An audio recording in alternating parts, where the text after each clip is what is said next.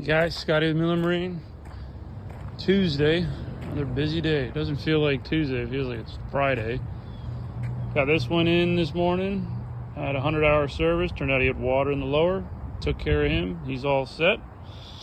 We got our new project one over there. That's a 24 Key West. It's going to get a new jail audio system, lithium-ion battery for a 36-volt trolling motor, and now he's talking about doing a 12-inch Simrad in the dash. We got the old Edgewater in, which hopefully be repowering in the end of summer with a single 300 Verado V8. It's gonna be a nice setup. It's gonna get detailed. We put new trim tabs on it because they're corroded off. Had water in the lowers, an overheating issue, tuned it all up, new thermostats, new water pumps, and resealed everything.